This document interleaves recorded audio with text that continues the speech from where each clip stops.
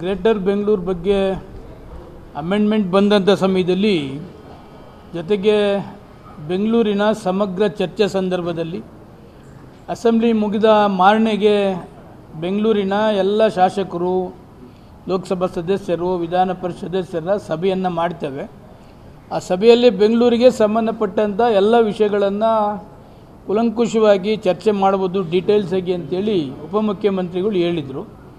ಅದರ ಪ್ರಕಾರ ಇವತ್ತು ಸಭೆಯನ್ನು ಕರೆದಿದ್ದಾರೆ. ಗ್ರೇಟರ್ ಬೆಂಗಳೂರು ಬಗ್ಗೆ ಇರ್ಬೋದು, 110 ವ್ಯಾಪ್ತಿ ಕುಡಿಯುವ ನೀರು ಇರ್ಬೋದು, ಬೇರೆ ಬೇರೆ ಏನು ಬೆಂಗಳೂರಿನ ಸಮಸ್ಯೆಗಳಿದೆ ಅದನ್ನು ಡೀಟೇಲ್ಸಾಗಿ ಚರ್ಚೆ ಮಾಡ್ತಕ್ಕಂಥದ್ದಕ್ಕೆ ಇವತ್ತು 11 ಗಂಟೆಯಿಂದ ಎಷ್ಟೊತ್ತರ ಆಗಲಿ ಇವತ್ತು ಚರ್ಚೆ ಮಾಡೋಣ ಅಂತಕ್ಕಂಥದ್ದನ್ನು ಅಸೆಂಬ್ಲಿಯಲ್ಲಿ ಒಪ್ಕೊಂಡಿದ್ರು. ಅದ್ರ ಪ್ರಕಾರ ಮೀಟಿಂಗ್ ನಡೀತಾ ಇದೆ.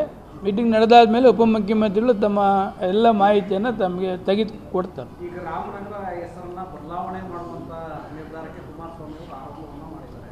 ಯಾವುದೇ ಕಾರಣಕ್ಕೂ ಏನು ಕುಮಾರಸ್ವಾಮಿಯವರು ಪರ ಮಾತಾಡ್ತಾರ?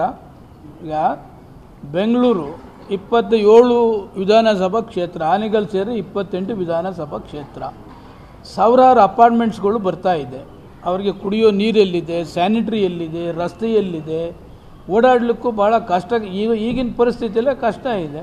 ಅದನ್ನು ಬೆಂಗಳೂರು ಸೌತ್ ಅಂತ ಮಾಡಿ ಬೆಂಗಳೂರಿಗೆ ಏನೆಲ್ಲ ಆಕರ್ಷಣೆ ಆಗ್ತದೆ ಅದನ್ನು ಸ್ವಲ್ಪ ಮುಂದುವರಿತ ಮಾಡಿದ್ರೆ ಅಲ್ಲಿ ಅಪಾರ್ಟ್ಮೆಂಟ್ಸ್ಗಳು ಬರ್ತಕ್ಕಂಥದ್ದು, ಬೇರೆ ಬೇರೆ ಫ್ಯಾಕ್ಟ್ರಿಗಳು ಬರ್ತಕ್ಕಂಥದ್ದು, ಇಂಡಸ್ಟ್ರಿ ಬರ್ತಕ್ಕಂಥದ್ದು, ಆ ಥರ ಮಾಡ್ತಕ್ಕಂಥದ್ದಕ್ಕೆ ಉಪಮುಖ್ಯಮಂತ್ರಿಗಳು ಮಾಡಿದ್ದಾರೆ. ಸಾಮಾನ್ಯವಾಗಿ ಏನು ಹೊರಗಡೆ ಬಂದಂಥವರು ಬೆಂಗಳೂರು ಅಂದರೆ ಸ್ವಲ್ಪ ವಿಶೇಷವಾದ ಆಸಕ್ತಿಯನ್ನು ವಹಿಸ್ತಾರೆ.